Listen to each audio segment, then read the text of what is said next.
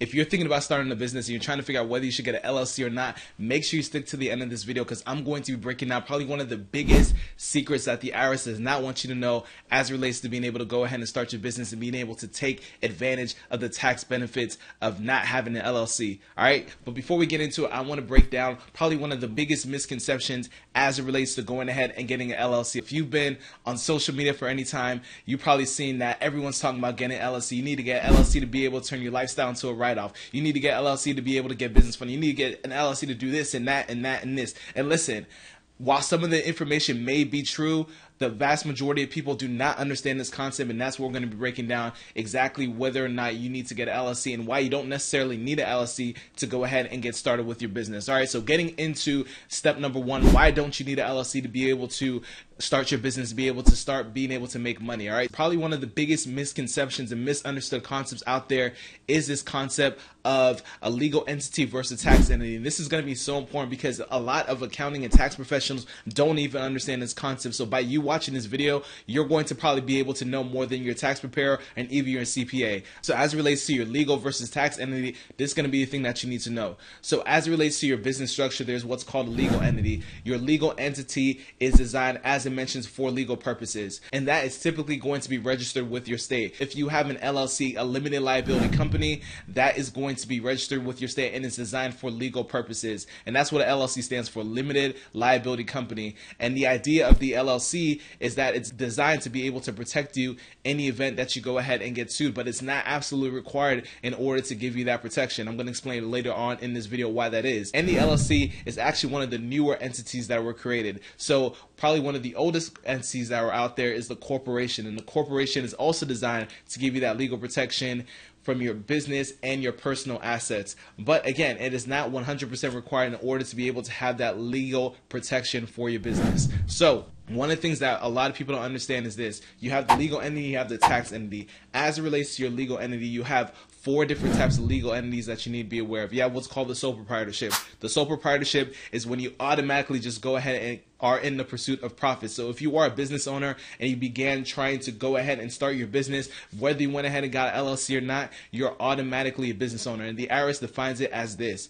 You are a business owner if you are in the pursuit of profit. So if you're trying to get profit, if you are trying to make money, then you are technically in business and you're automatically by default, without getting an LLC, you are a sole proprietorship. And as a sole proprietorship, a lot of people don't understand this, but you are able to now begin writing things off for taxes. And what do I mean by that? So by being a business owner, you're able to now deduct things that you typically probably would spend on your personal expenses, which is not deductible for you. So what are some examples of personal expenses that you can now deduct? You can deduct now your home office. You're able to now deduct vehicle expenses. You're now able to deduct equipment and things that you're probably already spending money on, meals and travel. As long as you understand the rules and the requirements in order to do that, then you're able to go ahead and deduct that for your tax purposes, okay? And you do not need an LLC to be able to do this. So a lot of times when it comes tax season, people come up to me as a CPA and they tell me that, you know, these are all my deductions for the year. And I ask them, did you have a business during the year? And they're like, yeah, but it didn't make any money. Or yes, I don't have an LLC. And because they didn't have an LLC, they thought they weren't able to write off these expenses. And that's one of the biggest misconceptions. So again, you do not need an LLC to begin writing things off for your business. As long as you are in the pursuit of profit and you are documenting these expenses and it is for business purposes, then you're going ahead and be able to deduct it. And I have a ton of videos on that as well. The next type of legal entity is going to be your partnership. And this is basically like a sole proprietorship, but this is when you have more than one person. So if you are in business with more than one person, then you're going to be considered a partnership.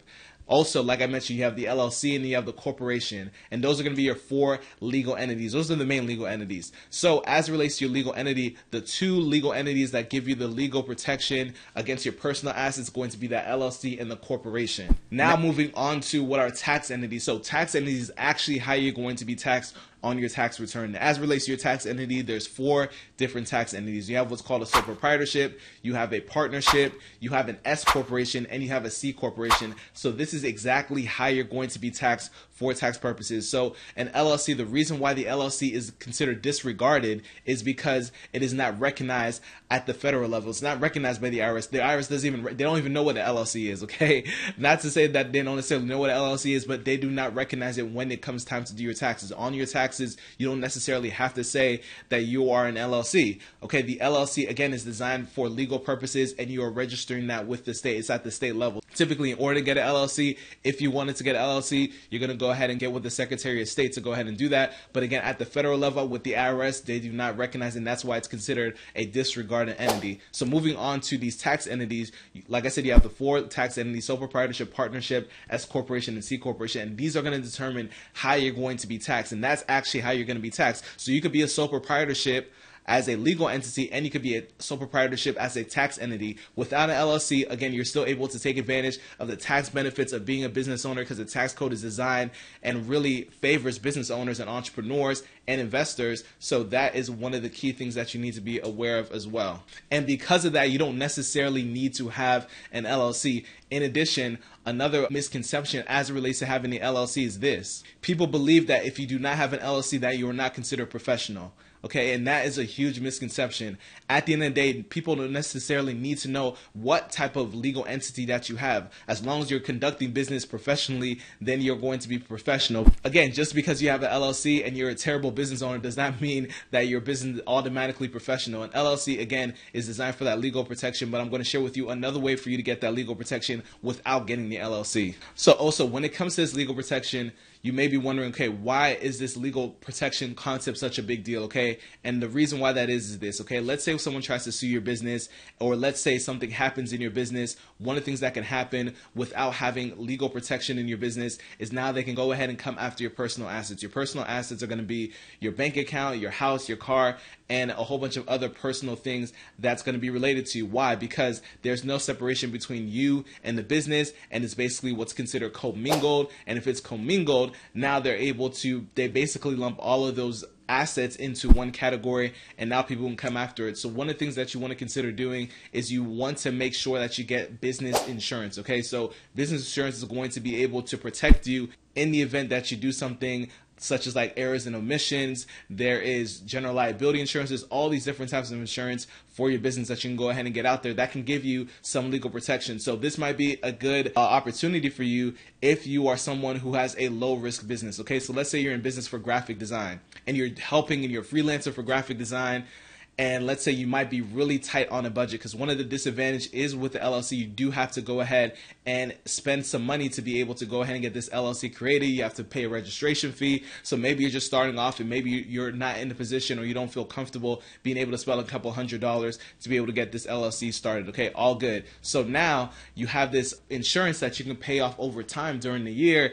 And depending on, the type of insurance that you have, you might be probably paying, a few dollars per month to be able to maintain that professional and liability insurance for your business. And going back to getting the LLC, one of the disadvantages is it does require you to fill out some paperwork. So that is a disadvantage. And like I said, if you're just someone who's trying to get started right away, or if you want to be able to begin writing things off for taxes, again, you don't need this LLC necessarily to go ahead and get started. So now that we talked about why you don't necessarily need an LLC, I'm going to explain to you why you want to consider getting an LLC. Okay, so if you have more of a high risk business, okay, so if you are a business where someone can slip and fall, such as like, let's say you own rental properties, someone can slip and fall into your rental property. That is going to be a high risk for you. So you want to make sure that you have an LLC, a limited liability company, that's going to be able to protect your personal assets in the event that someone tries to go ahead and sue you. So that is one of the reasons why you want to do that. Another reason why you may want to get an LLC and even a corporation is because it allows you to be able to get investors. So investors typically feel a lot more comfortable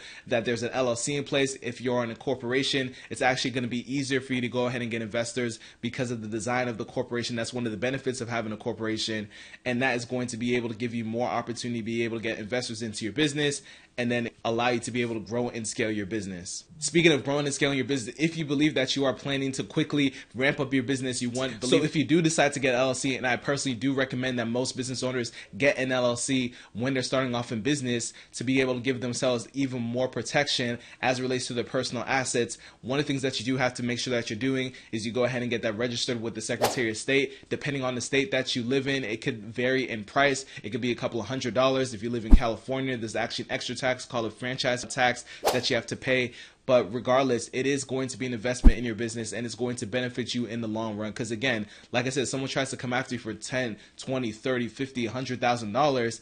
now they have the ability to come after your personal assets. And one of the ways that you make sure that your personal assets and your business is separated is by having and maintaining what's called the corporate veil, okay? The corporate veil is actually going to create that separation between you and your business. And some requirements in order to maintain that protection is that your business needs to have its own business bank account, okay? So you do want to make sure you have a separate business bank account. You're separating your personal expenses from your business expenses. One of the things that you need to do in order to do this is to make sure you go ahead and get what's called an EIN number, Employer Identification Number. So I know there's people out there that are going to try to charge you to be able to get an EIN. It's absolutely free. If you go to irs.gov, they allow you to be able to go ahead and get the EIN. It's going to be like a social security number for your business. And one of the benefits of having that separation is now you have documentation to show that, yes, it is a separation between myself and my business, and it's a different entity, okay? And with that EIN number, again, it's really showing that you're taking your job as a business owner seriously, and it's not mixing your business and your personal, again, which is what people try to do